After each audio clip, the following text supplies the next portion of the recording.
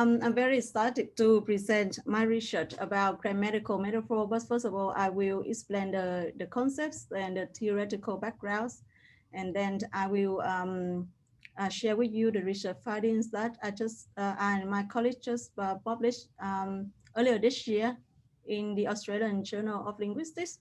So in this presentation, uh, I, I will answer 4 questions.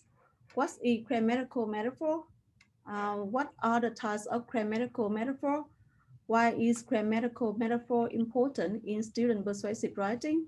And how does grammatical metaphor relate to the Australian curriculum English and the NAPLAN marking guide? So to answer these 4 questions, I will draw on the SFL literature and the Australian curriculum English and the recent published article in the Australian Journal of Linguistics. So first, what's a grammatical metaphor? Grammatical metaphors are a linguistic resource that characterizes the complexity of written language and distinguishes between spoken and written language.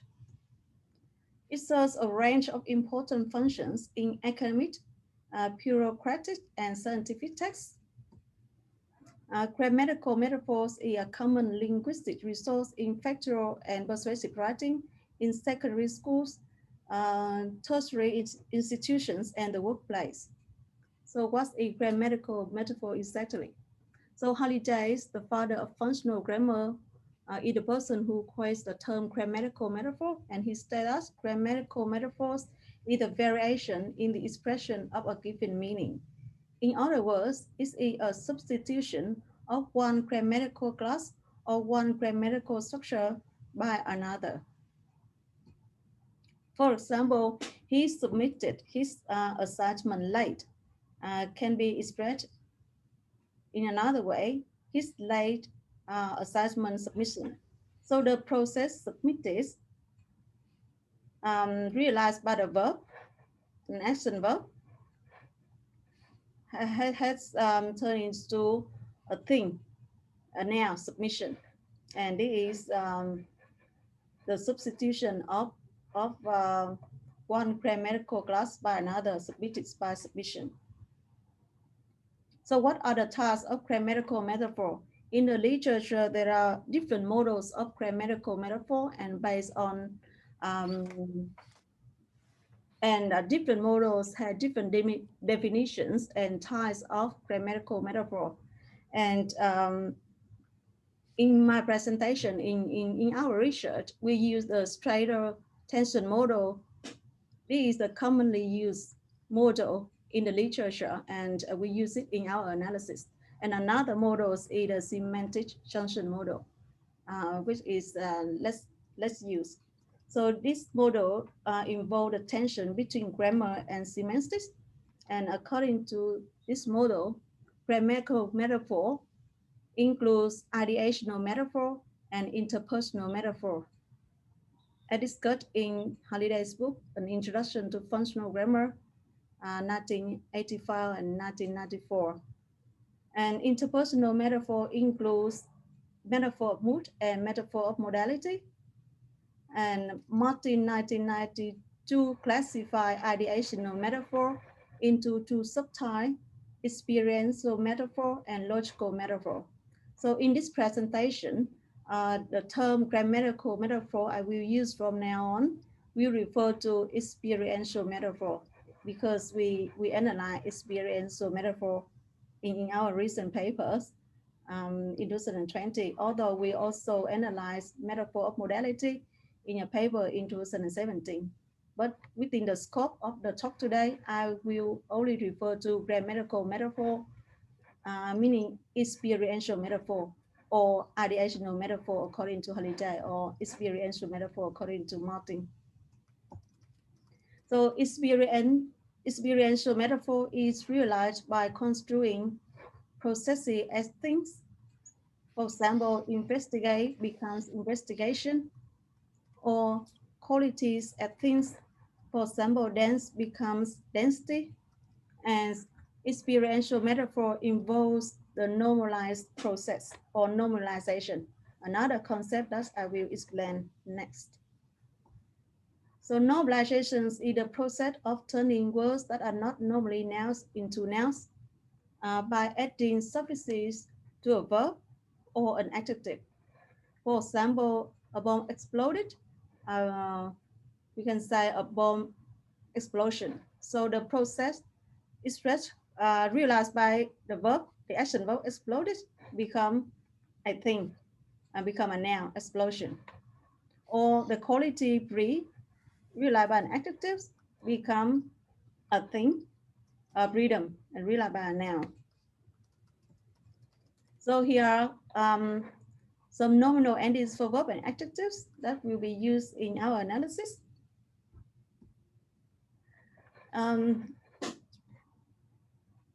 To analyze experiential metaphor, it's very important to distinguish the difference between experiential metaphor, normalization, and transcategorization. And sometimes people use these terms interchangeably.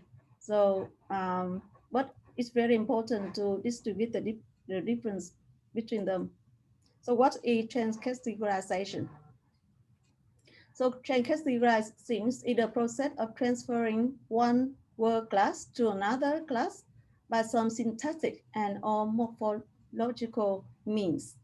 And typically a root can be transcategorized by derivational morphemes.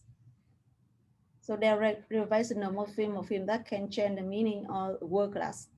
For example, happy is an adjective can become a verb, an adverb by adding the suffix ly, so happily. Or the noun, a noun care can become careful. So this is a categorization process. Or happy become happiness, or careful become carefulness. So here you can see that categorization involve experiential metaphor and normalization because it can turn an adjective to a noun, although it can turn other word class to one word class to another word class, like here an adjective become adverb or noun become adjective, but it does turn an adjective or a verb to a noun also. So transcategorization involves experiential metaphor and normalization. So what's the difference between experiential metaphor and normalization? So Derivancard argue that when we can unpack experience or metaphor to the congruent form, so it can be considered a kind of metaphor. And Holiday used the term line metaphor to refer to this process. So for example, the word organization. So the conference was successful thanks to their great organization. So we can unpack the word organization to the natural form or to the congruent form, organized. So they organize the conference so well. The conference was successful because they organized well. So we can unpack to the congruent form, organized. So when a normalization can be unpacked to the congruent form, we say it's an instance of experiential metaphor. So here are the example I just explained. And when normalization cannot be unpacked to the congruent form, so it's not an experience. Sorry too. So, and Holiday used the term that metaphor to refer to this process. For example, it was a great organization. So in this case, organization refers to an entity and it cannot be unpacked. So it's not a metaphor or it's not an experiential metaphor. It's just a normalization. So here the basis for the analysis. So we just talk about the definition of grammatical metaphor, the types of grammatical metaphor. We are focused on experiential metaphor. And now I'm going to explain the importance of grammatical metaphor in student persuasive writing and how grammatical metaphor relates to the Australian curriculum English and the NAPLAN marking guide. Okay, so why grammatical metaphor is important in student persuasive writing?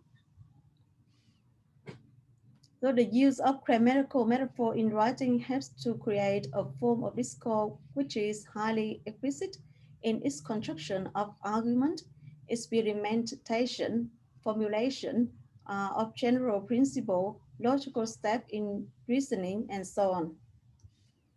In order to write convincing persuasive text as adults, young people must learn to make extensive use of grammatical metaphor. Doing so allows them to build up technicality in different disciplines and enable the development of argumentation. So,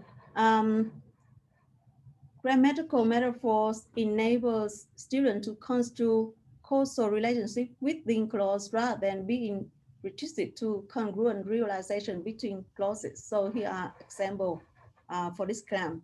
So the first example you see here, the causal relationships are expressed over 4 clauses, 1, 2, 3, 4. So when black dispatches are made, toxic gases and other dangerous substances are released into the air, and these byproducts pollute the atmosphere and ruin water supplies. And with the use of grammatical metaphor production and pollution, the causal relationships are now expressed within one simple clause only.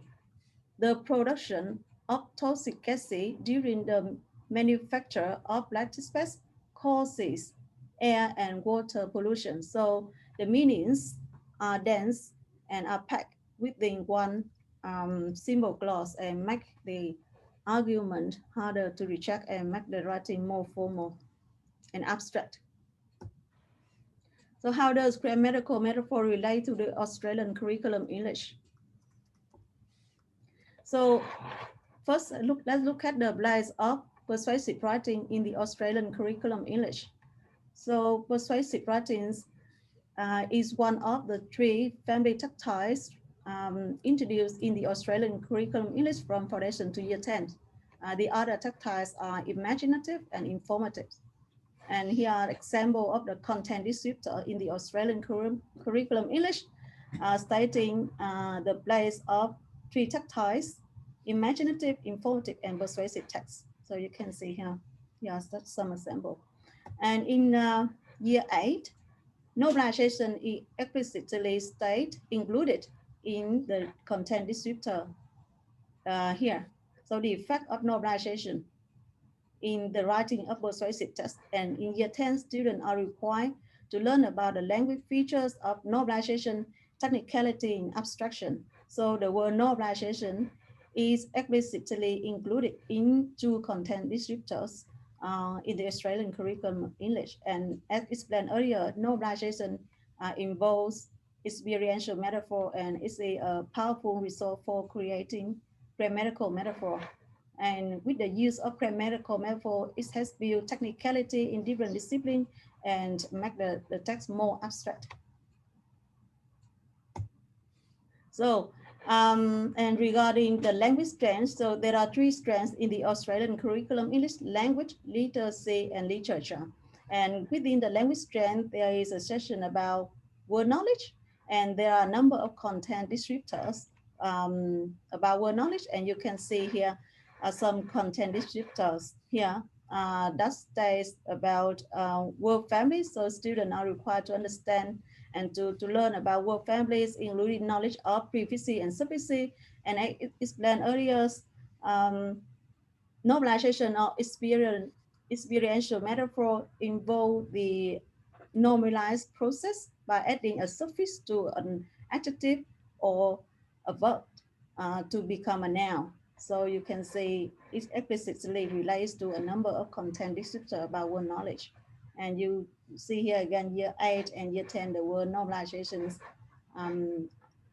is included in the content descriptors. So now let me explain about the NAPLAN writing test for those you are not familiar with this. So it's an Australian NAPLAN test. It's a national assessment program about literacy and numeracy. It was introduced in 2008 by the Ministerial Council on Education, Employment, Training, and Youth Affairs. And the test assesses Australian students in years 3, 5, 7, and 9 about writing, reading, language conventions, and numeracy skills. And our research focus on writing. So I'm going to talk about writing text in over the years. So in 2008, 2009, 2010, the test focused on narrative writing. From 2011 to 2015, skip 1 year here. In 2017 and 2018, the test focused on persuasive writing. And in 2016 and last year, 2019, the test focused on narrative writing. And this year they are not doing, they didn't do a NAPLAN test in May this year due to COVID-19.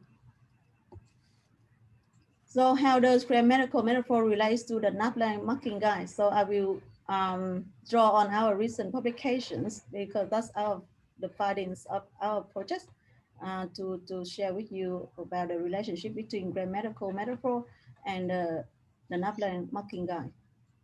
So in this paper, we analyzed 32 highest scoring persuasive tests written by Tasmanian years 3, 5, 7, 9 students for the 2011 NAPLAN writing text. And the topic is too much money is spent on toys and games.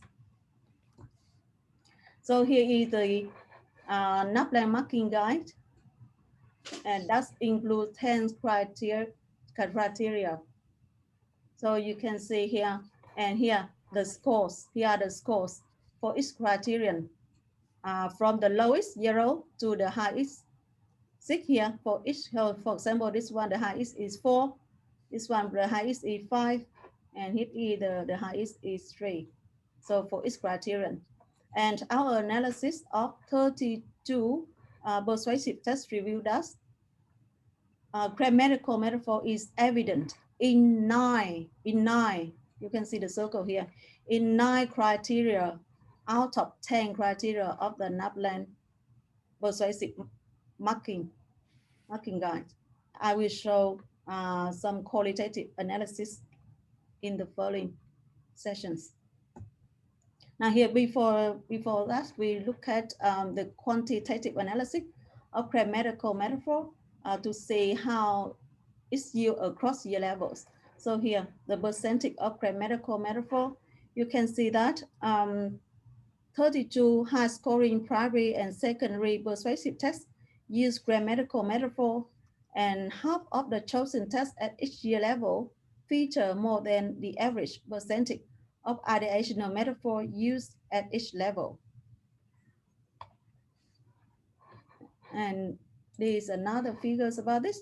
So this figure is about the types of grammatical metaphor or experiential metaphor I introduced earlier, process as noun or quality as noun, and the last column is both. So you can see the percentage of grammatical metaphor used in student writing increase across year levels from year 3 to year 9, and process as nouns was commonly used.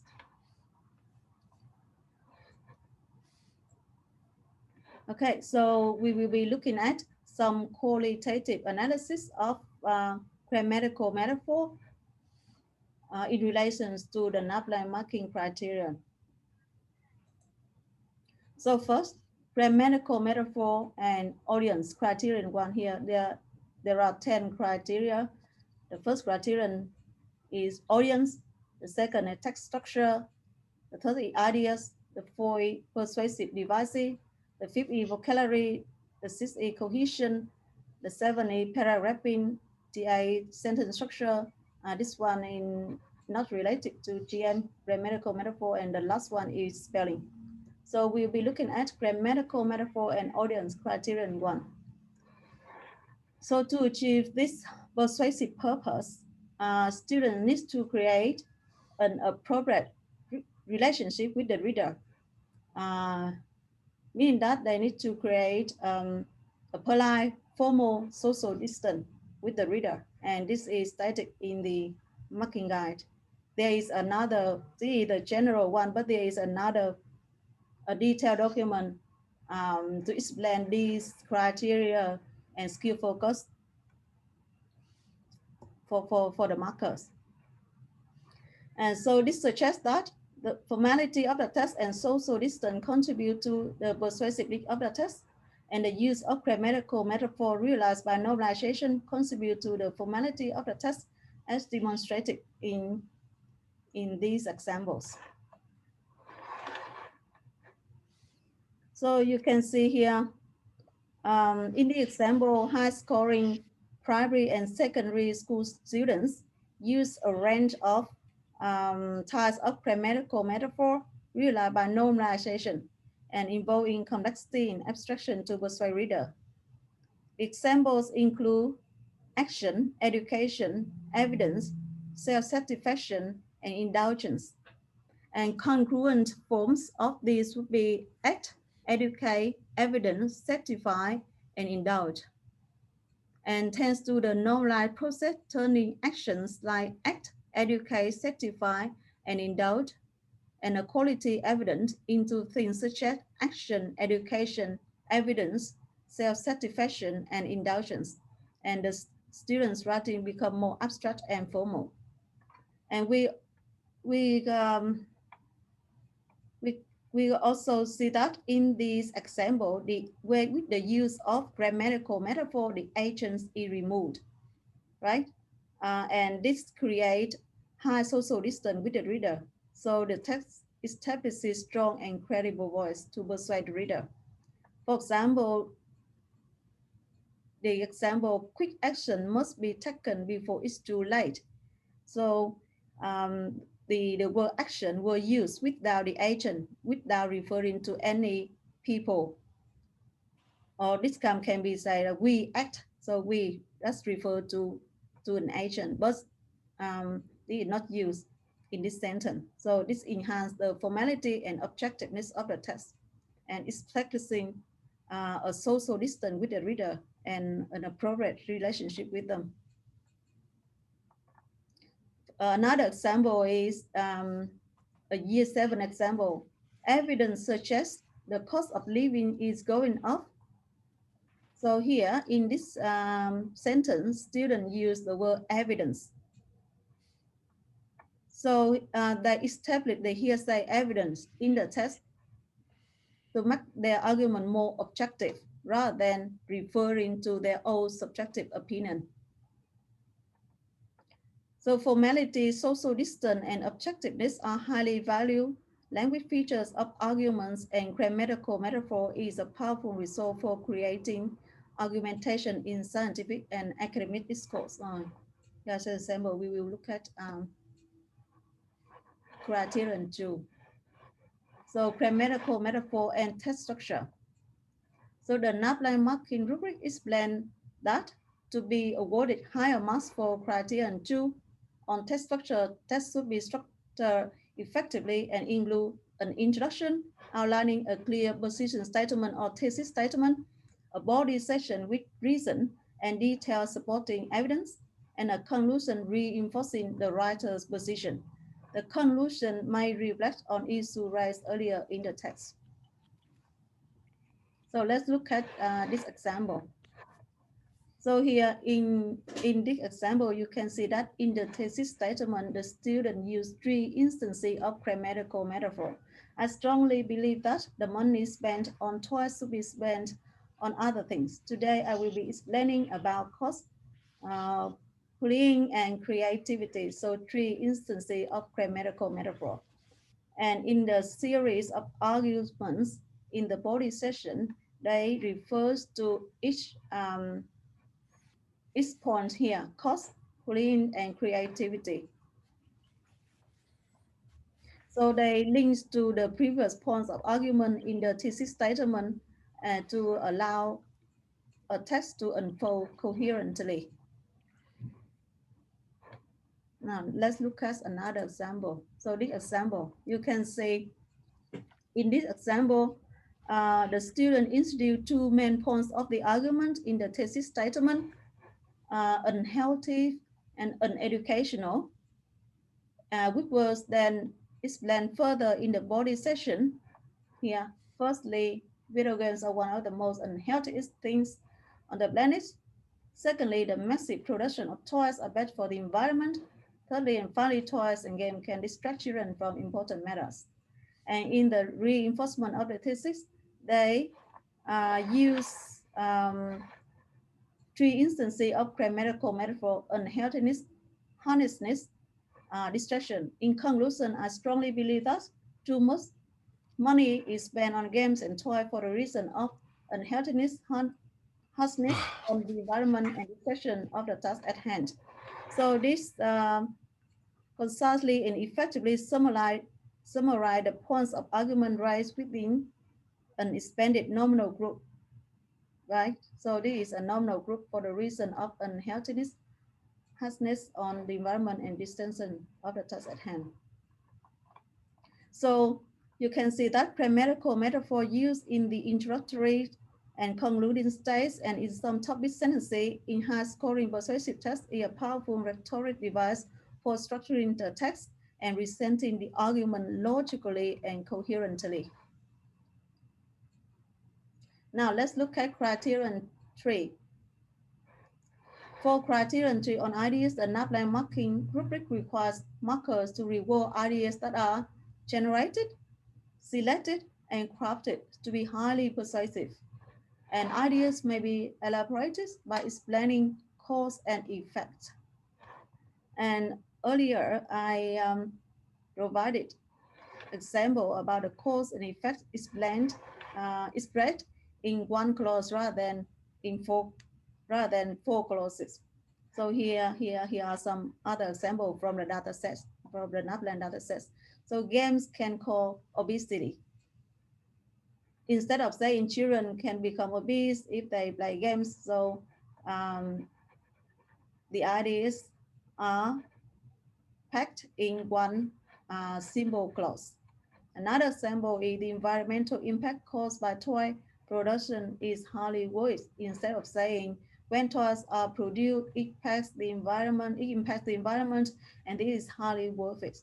So the idea is more dense with the use of grammatical metaphor, and the causal relationship or the cause and effect relationships are expressed within one clause only. So grammatical metaphor and persuasive device criterion 4. So to score highly for criterion 4, students must use substantive and effective use of persuasive devices. And the relationship between grammatical metaphor and the first three NAPLAN marking criteria already demonstrated how high scoring students use this linguistic resource to persuade readers. And I already gave some example, explained some example to illustrate that how students use a grammatical metaphor to establish a socially distant formal relationship with the audience, an objective argument to persuade reader, to structure the text logically and coherently, and to explain the causal relationships within a clause effectively. Now we will look at other example. Before doing that, we will look at the argument here. So Holiday 2004 explained that in the process of constructing an argument or rationality using grammatical metaphor, it necessarily involves a movement from theme to rhyme. And for those of you who are not familiar with the concept theme and rhyme, theme is the departure of the clause and rhyme is the remainder of the clause. And the theme will pick up something that had gone before and becomes a resume of the previous argument. And Holiday argued that the only way to package a piece of argument of a clause is to turn it into a nominal group. So now let's look at some examples. So here are two examples from year 9. So you can see that in the example. So first I will read out this example. A child can be any of these without needing any toys or games. A coach and some pillows can become an army fort. A dog becomes a dragon. The possibilities are endless when it comes to imagination. So it can be seen in this example, two grammatical metaphor use are possibility and imagination. In which one grammatical metaphor possibility is in the theme position. In the theme position, it means the beginning of the clause. The possibility here refer to the things children can use to play with without the need to buy real toys and games. Using grammatical metaphor possibilities, I have picked up again the argument from the previous clauses, like a child can be any of these without needing any toys and game.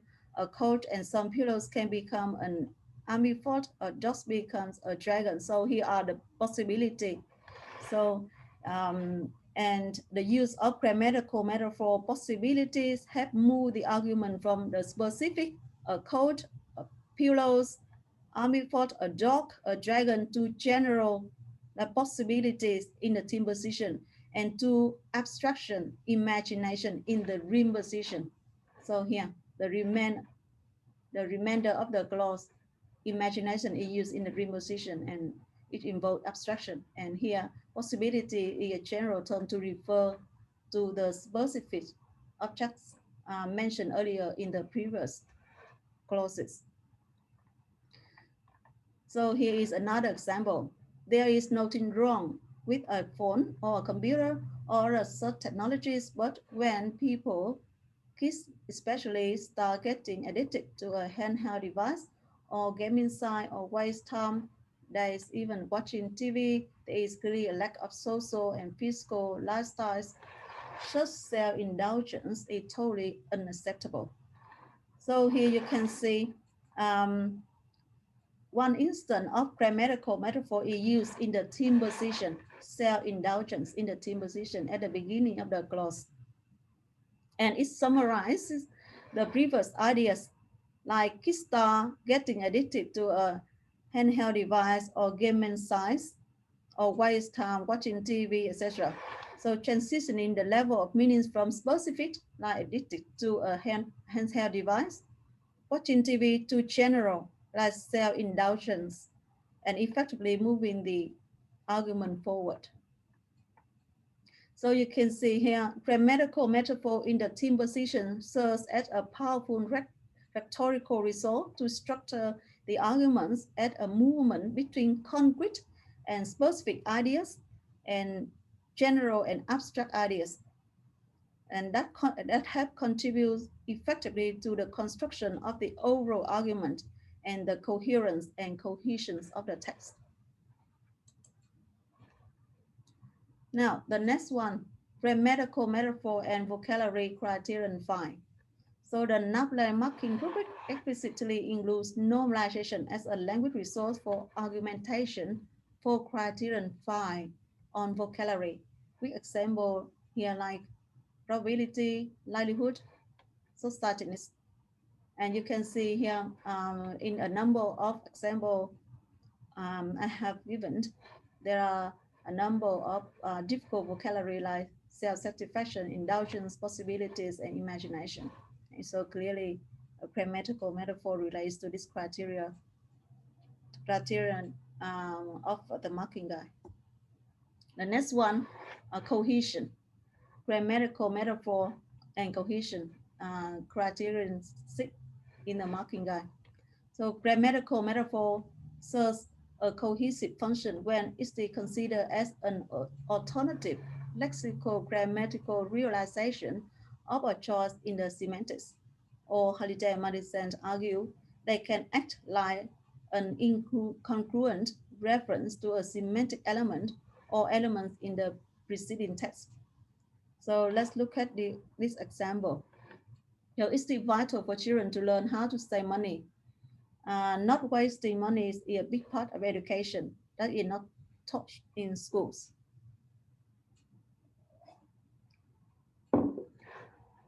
So here you can see in this example, there is one instance of grammatical metaphor. So the word education is used in the second clause of the sentence to refer to the semantic element of the first clause about the importance of children learning how to save money.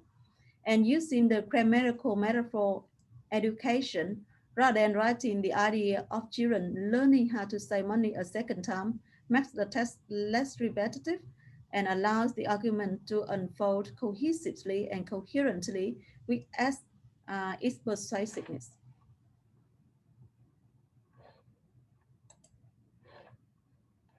So Criterion 7. For this criterion, the NAPLAN marking rubric describes the strong paragraphing support argumentation and evidence of this in the investigated NAPLAN dataset. And it already showed in our analysis of Criterion 2 earlier about the relationship between grammatical metaphor and text structure, and I already showed some example. And in the marking guide, it also states that a single sentence may be used as a final command for emphasis. And this is also evident in a series of concluding statements in the investigated persuasive test in our paper. And grammatical metaphor were used to summarize the key points of arguments in the body section and reinforce the author's thesis statement. For example, this one. So you can see the thesis statement, two main points of argument, unhealthy and uneducation, and a series of arguments here in the body section and in the reinforcements of the thesis. And they use grammatical metaphor to once again summarize the main points of the argument in the body section and reinforce the thesis statement. So criterion 8, grammatical metaphor and sentence structure. So in the marking rubric, it states that effective sentence structures involves a variety of clause types and patterns. And as grammatical metaphor had the function of construing a causal relationship within clause as explained earlier, and condense meaning within nominal groups to construct an argument cohesively and coherently, it can be expressed, it can be used in a simple clause like this one, games can cause obesity, or this one, this is also a simple clause. And the two instances of grammatical metaphors are used in a nominal group, or they can be used in independent and dependent clauses in complex sentences, as in the last two samples here. And the last criterion on spelling. So the use of grammatical metaphor necessarily involves difficult and challenging words, which are important to score highly on the NAPLAN marking rubrics criterion on spelling. And this is because grammatical metaphor realized by normalization involves consonant alterations patterns. Here are some examples. And many 3 or 4 syllable words and multi-syllabic words ending in suffixes like monorismant is a monorismant, 4 syllables here, multi-syllabic word. And longer words with unstressed syllables like responsibility. And so the words are very difficult to spell for students. And to score highly for this criterion, students should be able to spell at least 10 difficult words correctly. So they need to rise to use at least 10 difficult words in their writing to score highly on this criterion. Okay, so summary. So our results indicate that the percentages of grammatical metaphor use increased across the year levels from year 3 to year 9, and they were used effectively in the high scoring test to achieve a range of persuasive purposes. And grammatical metaphor plays a vital role in 9 out of 10 NAPLAN marking criteria. And it emphasizes the critical importance, the critical role of these powerful language choices in persuasive discourse. Although our research only focused on one educational context in Australia. And students will encounter lots of grammatical metaphor in the test that they read from middle primary school. Therefore, teaching children how to read grammatical metaphor and how to use the advanced language choice in their writing may lead to more successful writing outcomes. However, for this to occur, teacher needs an understanding of the nature of grammatical metaphor and its significance in shaping meanings in written discourse to both scrutinize student progress and identify teaching strategy to deal with problems that arise in its absence. And here are some recommendations for further research, because our research only focus on high scoring persuasive text. And our recommendation would be for any scholars in the future to look at low scoring persuasive tests and make a comparisons between low scoring NAPLAN persuasive test and high scoring persuasive tests to see the differences or the development of grammatical metaphor across year levels. And we focus on standardized text, the NAPLAN test, the standardized test. So we would recommend future scholars in the future focus on grammatical metaphor in more authentic context. And we hope we can do in the future, but we also recommend other scholars to look at these.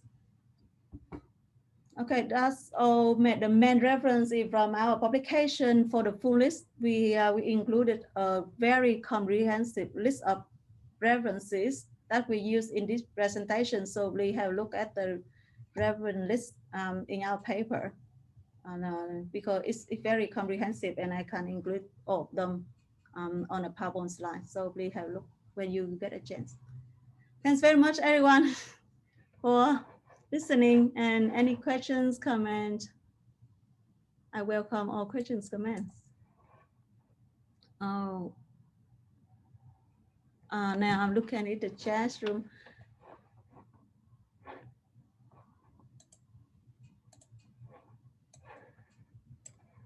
Oh, the chat room. In the graphs about the use of grammatical metaphor in NAPLAN writing, what are the number of percentage of? Okay, the first question from Claire. Please feel free to turn on your, to unmute yourself, sorry, to unmute yourself, turn on your video to interact with me, please. Okay, so what is the question? In the graphs about the use of GM in NAPLAN writing, what are the number of percentage of? Okay, the number percentage of the use of grammatical metaphor across year level. So this one is raw data.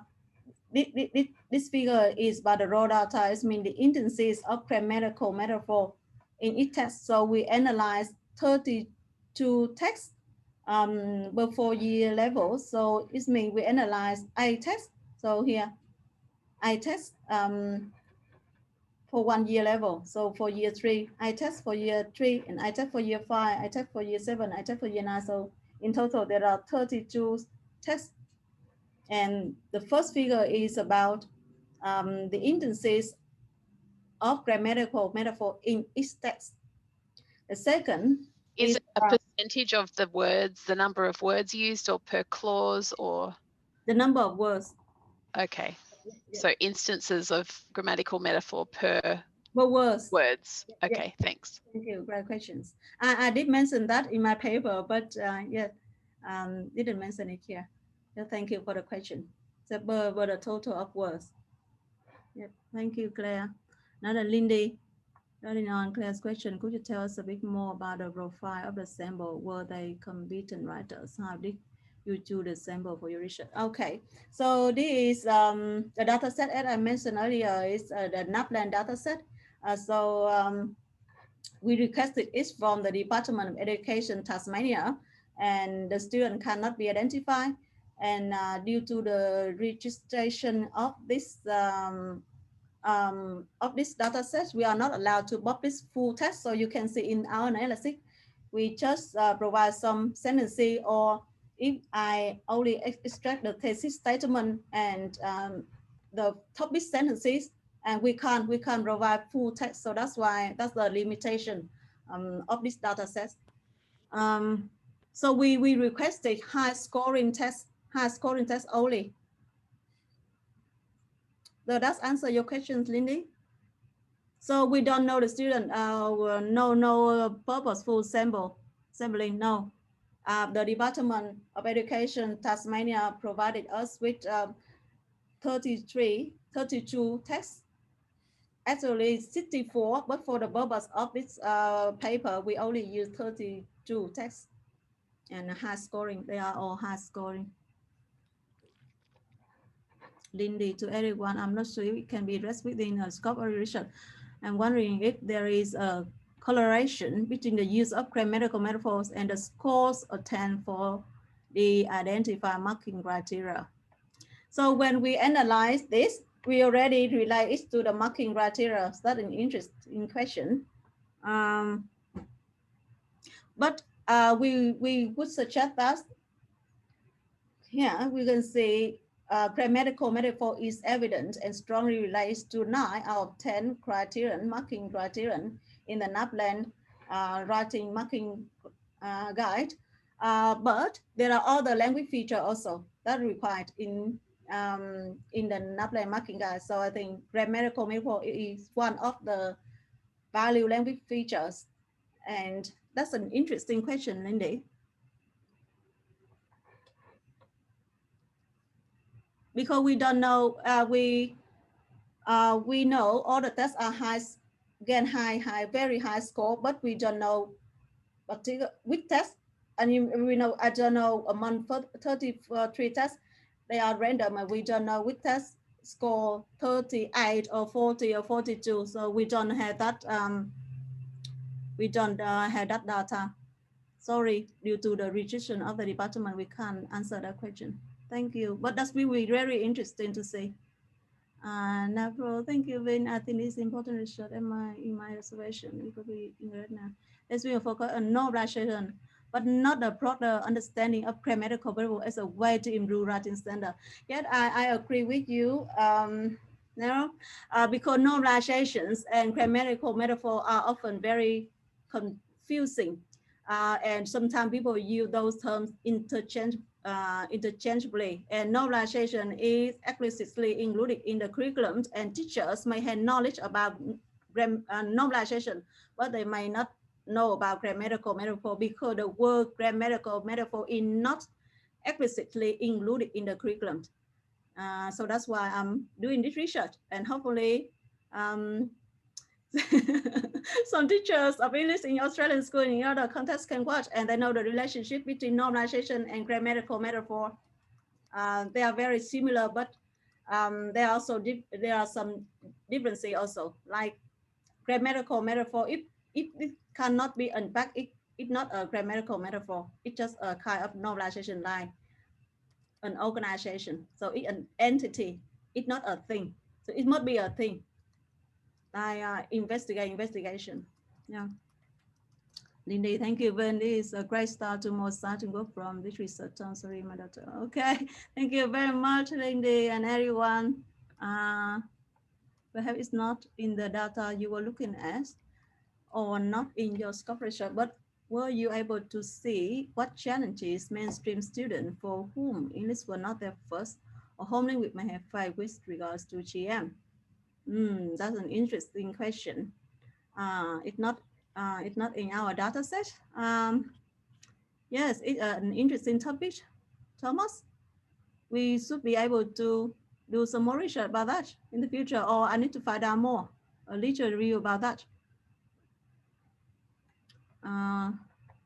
Alan, thank you for the very interesting presentation. I'm writing my thesis on normalization and noted that it is defined differently across the literature. Yes, I dare my 2014, for example, consider what look gay to my end. In what look gay to my end was that teapot as normalization congruent to the gay my end teapot. So here it in Thai. NG. What does that mean? At the moment, and I can't say now. Can you spell that? That is normalized, not had thing. I wonder how you would consider such instance.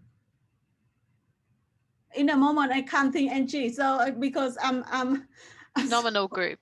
No, nominal group. Okay, good. Nominal group. Here.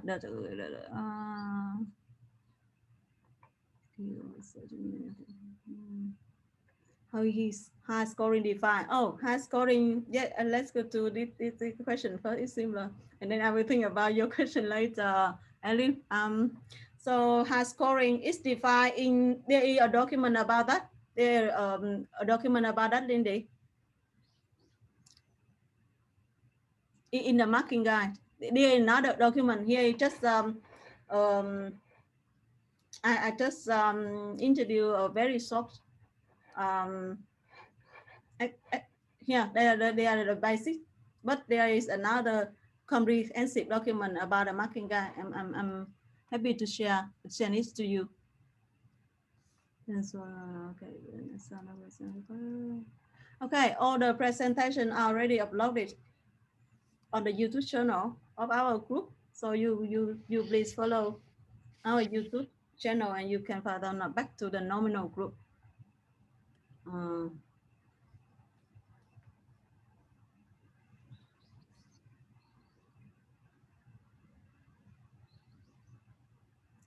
Okay.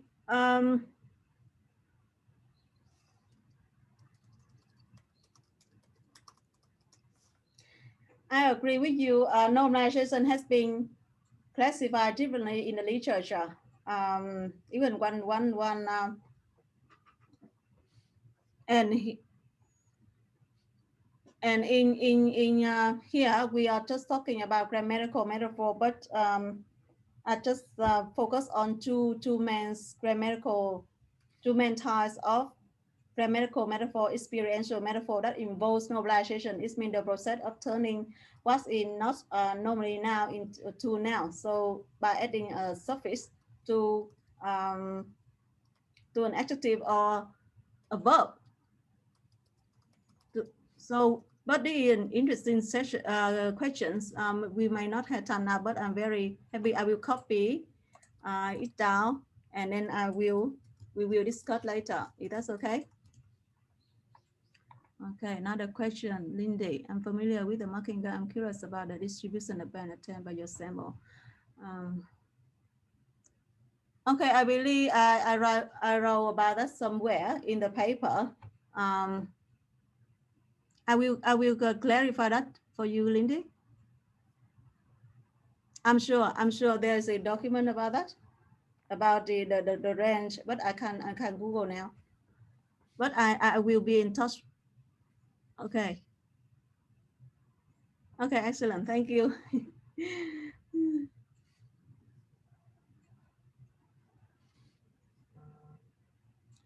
Thanks so much, everyone. Any more questions or comments? I'm so glad that you joined me today. You're very welcome. Thanks, everyone.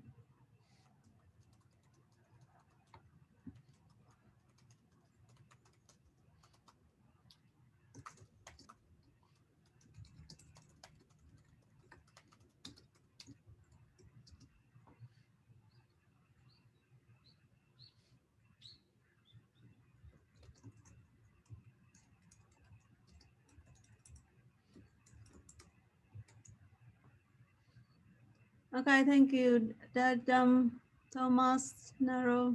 Thank you all. Thank you so much again, and enjoy your Thursday morning or evening. Morning in Argentina, and afternoon and evening here. Morning in Nigeria too. Yeah, and in Nigeria, morning in Nigeria. Yes. Thanks so much. Thanks so much. Thanks so much, everyone.